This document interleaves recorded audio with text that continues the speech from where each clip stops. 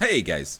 So I wanted to go through and make a video talking about the ideal gas lab that we are doing, depending on when you watch this, tomorrow, today, or possibly last week. So this is an ideal gas law lab.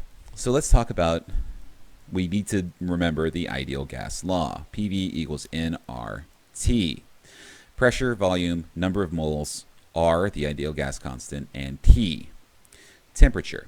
So these are the things that we are going to be messing around with. You know that ideal gas law, if you have four of these things, you can get the fifth. So if you know the volume, number of moles, the ideal gas law constant, and the temperature, you can calculate pressure. A little bit of algebra and you're done. So that's great. And you always know the ideal gas law constant, 0.08206 atmosphere liters over mole Kelvin, because this is a constant. It's a constant thing. So that's great. You always know this number. It's kind of like pi, right? The problem is how did we get that number? How did we go about and get R?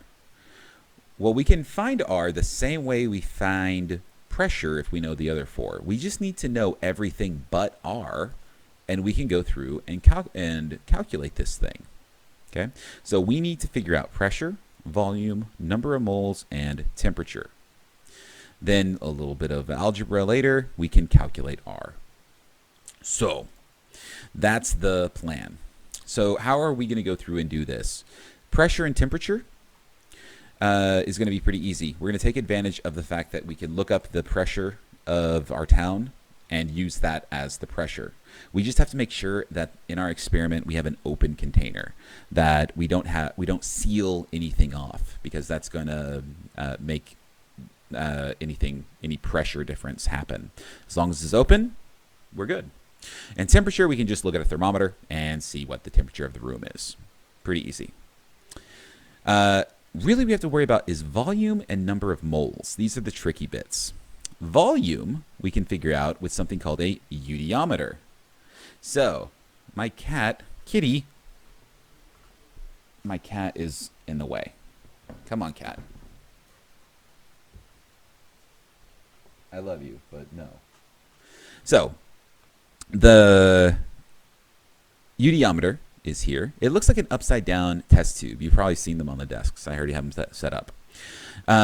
What you do is you fill this thing up completely to the very top with water and place it in a beaker. This beaker also has water in it. Okay, so this is an open container, right? There's no seal. This water is open. This test tube is open. Everything is open. So we can do that. Then we somehow get gas inside of the tube. We can do that by either making a reaction right here, or a lot of times you kind of have a tube, and this tube goes somewhere, and you can blow gas into this.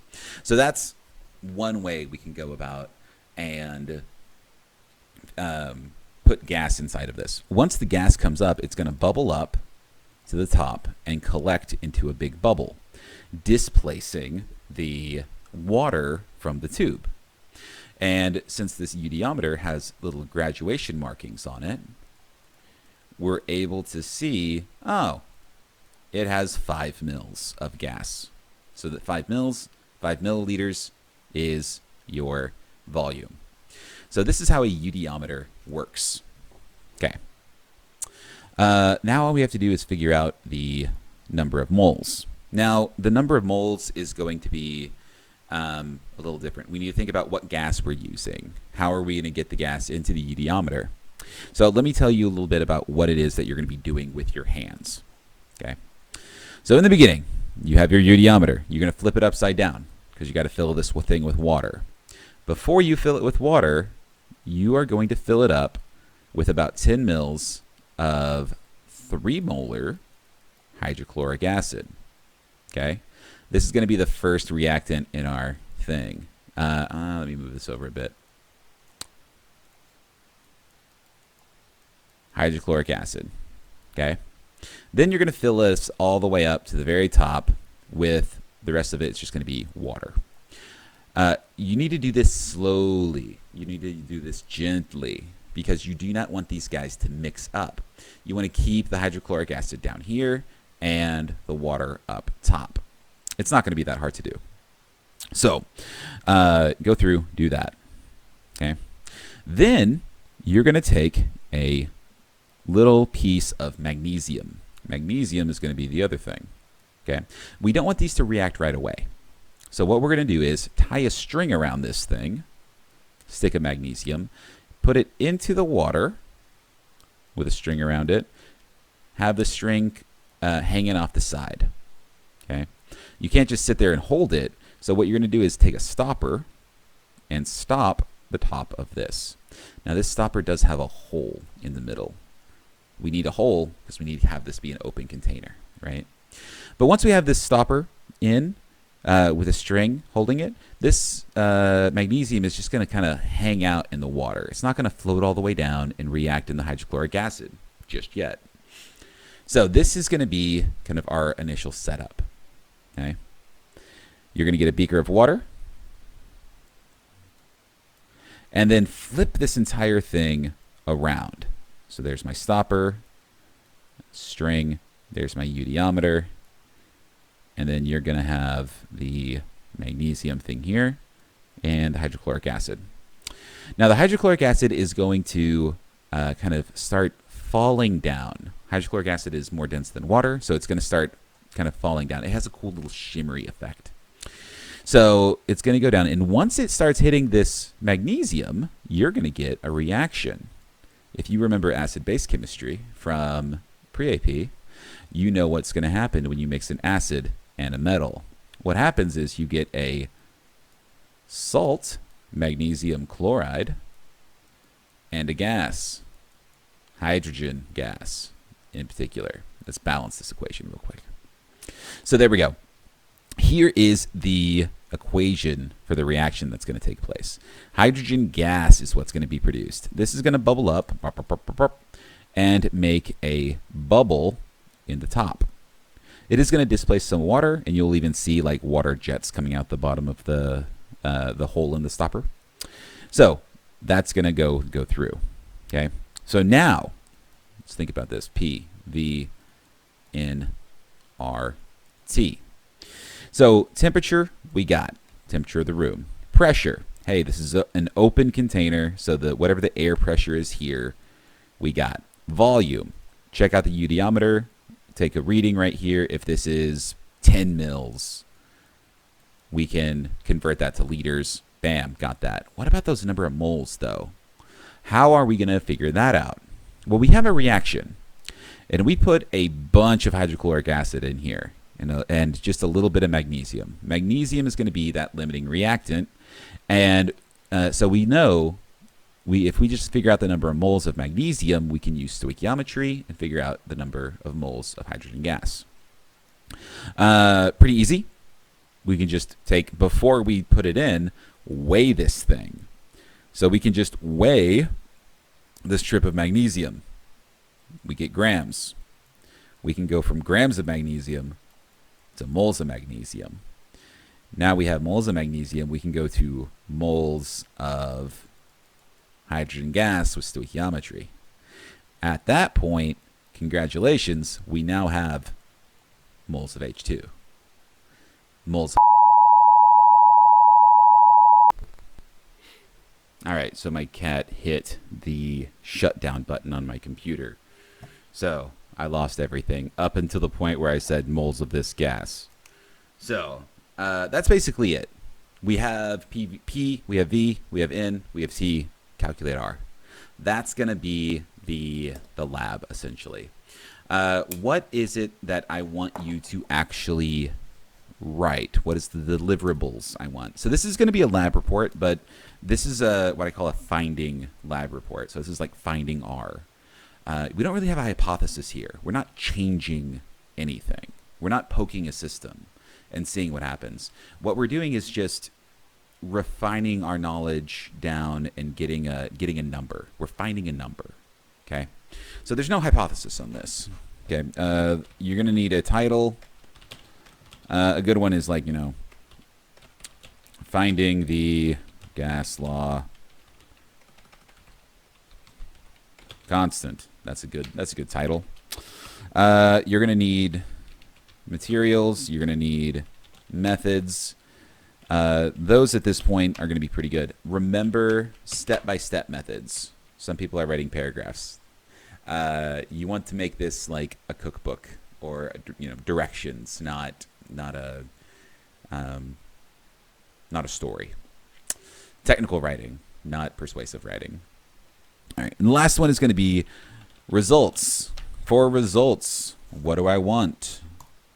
I want table is always good. Let's go through. I want to know what the pressure is, and then you write down the pressure. I want to know what the volume is of the gas. I want to know the moles of the gas. I want to know the temperature. And then temperature. And then finally, R. That's it. R is going to be the thing that I really want you to get. From this, you also need to, show any calculations. So if I give you the temperature in Celsius, because that's what our thermometers use, how did you go from Celsius to Kelvin? Pressure. I can almost guarantee that a weather site is not going to give me pressure in atmospheres. I'm going to have to move this over to, it's going to be like millimeters of mercury or something, something millibars or something. So I'll have to convert that over to pressure or to atmospheres. And also show me your calculations for R. I want you to tell me one more thing, and that is the percent error. Okay. What is percent error? All right. I want to get your experimental number minus the actual number divided by the actual number. So in this case, it's going to be, the actual number should be 8206. This should be what the number is. But let's say you don't get that. Let's say you get 932, 0.0932. Okay. How do you go about calculating experimental or the percent error? Calc. Okay. So what you do there is, if our experimental number is this, 0.0932 minus 0.08206. That's the actual gas constant, okay? Divided by 0.08206. This is going to be your percentage. So of course, multiply it by 100. 13.5% error. So that is what we have as far as our percent error if you get this number. So go through and do that and tell me what your percent error is.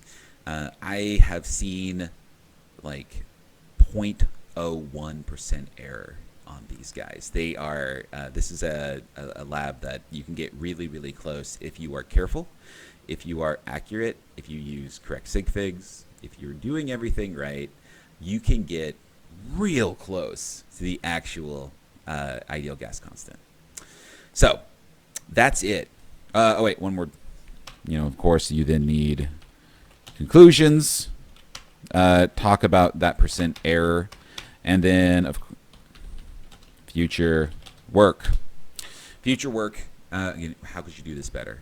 How could you get that percent error from 13% to 1%? Okay. All right. That's that. Have fun, guys. I will see you